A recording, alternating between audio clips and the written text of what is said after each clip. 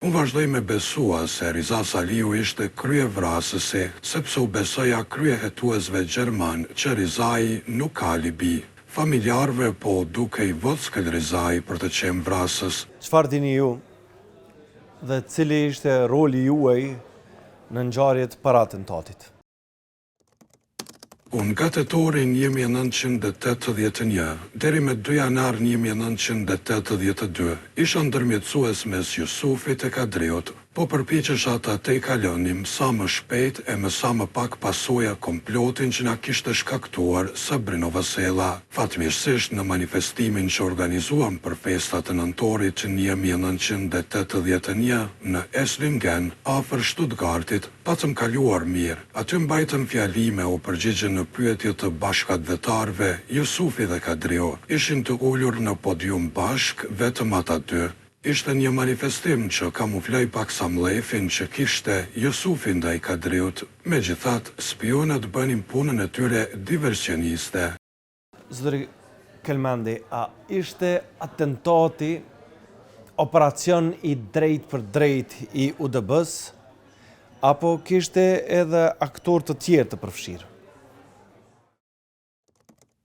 Nuk e di pra paskenën, por di për hetimet gjermane dhe procesin gjyqësor që është mbajt, me që nga fillimi më kanë caktuar dëshmitar. Pak dit pas vrasjeve, policia gjermane u ka shpërndat trakt qytetarve, duke i lutë të informanin nëse e shohin një mashkull si ai në foto. A ishte Riza Saliu.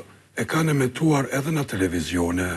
Pas ca ditëve, ja dalin të arrestojnë. Fatkeqësisht e kanë liruar shpejt, me që atëherë institucionet gjermane kishin prioritet marrëdhëniet e mira me Jugosllavinë dhe për ndjekjen e armiqve të Jugosllavisë, ndër të cilët ishim edhe ne. Në vitin 1990, kur po shpërbehej Jugosllavia, reaktivizohen hetimet e fjetura, duke arrestuar sërish Riza Saliun si të dyshuar potencial për vrasjet. Hetuesia operative LKA e BW ishte e bindur që Rizai nuk kishte alibi për kohën kur ka ndodhur vrasjet. Pas rreth 16 muajve Borg hetues zhvillohet procesi gjyqësor në gjykatën e Stuttgartit. Në atë proces mua me kishin caktuar dëshmitar. Në seancën kur unë isha për të dëshmuar, Riza Saliu ka refuzuar të merrte pjesë, duke simuluar se është i sëmur. Vetëm pak qaste zgjati seanca.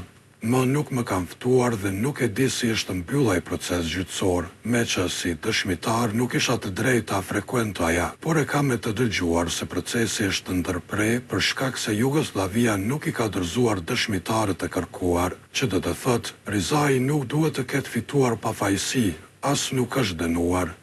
Fatkeqësisht, familjarët, por edhe ne bashkëveprimtarët, nuk jemi angazhuar për të kërkuar me insistim zbulimin e vrasësve, siç ndodhi në një rast kroat, për shka janë duke e vuajtur dënimin në Gjermani, ish kryeshefi UDB-s federative të RSFJ-s, Zdravko Mustač, dhe ish kryeshefi UDB-s republikane kroate. Unë vazhdoj me besua se Riza Saliu ishte kryevrasësi, sepse u besoja kryehetuesve gjerman që Rizai nuk ka alibi. Disa ish pjesëtar të grupi komunist të Riza Saliut janë jedhëruar që po e akuzoj kryetarin e tyre. Familjarve po duke i Vockel Rizai për të qenë vrasës, ndërsa ca janë edhe viktime një porosie primitive që Suzana ka plasuar si kur e ka thënë Jusufi, nëse vrasësi është shqiptar, mos u zbuloft asnjëherë. Prandaj duhet të ketë ndodhur pasiviteti i familjarve e Jusufit dhe Bardhoshit. Prindrit e Kadriut nuk i kishin mundësi të kërkonin me insistim hetime. Saimja, bashkëshortja e Kadriut, sipas tradite, nuk vlerësohej bashkëshorte zyrtare, sepse nuk i kishte bërë kurorëzimin zyrtar. Prandaj policia zvicerane ende nuk i ka kthye gjërat që i ka bastis natën e 17 janarit 1982 në banesën e Kadriut. Fatkeqësisht, as institucionet e shtetit të Kosovës nuk e kanë bërë as minimumin e mundshëm.